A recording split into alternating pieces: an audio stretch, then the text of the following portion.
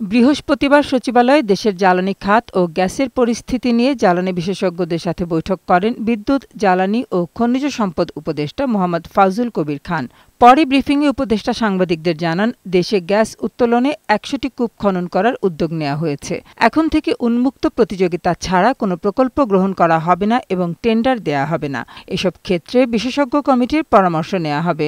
আমদানি করা বিদ্যুৎ বিল সহ বিভিন্ন বিল পরিশোধের জন্য এশিয়ান ডেভেলপমেন্ট ব্যাংকের কাছে $1 বিলিয়ন সহায়তা চাওয়া হয়েছে।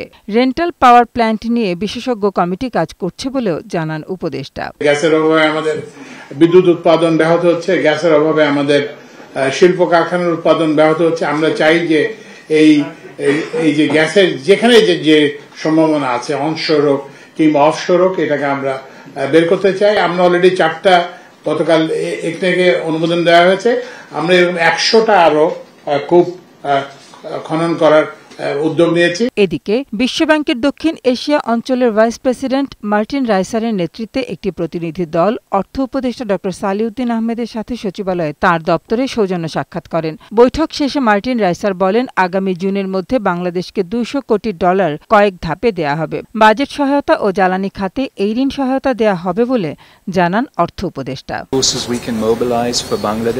বাংলাদেশের জন্য কিছু করার এটিই গুরুত্বপূর্ণ সময়। আমরা সহায়তা দিতে সক্ষম, কিন্তু কি পরিমাণ অর্থ সহায়তা করতে পারব তা জানানোর আগে বোর্ডের অনুমোদন লাগে।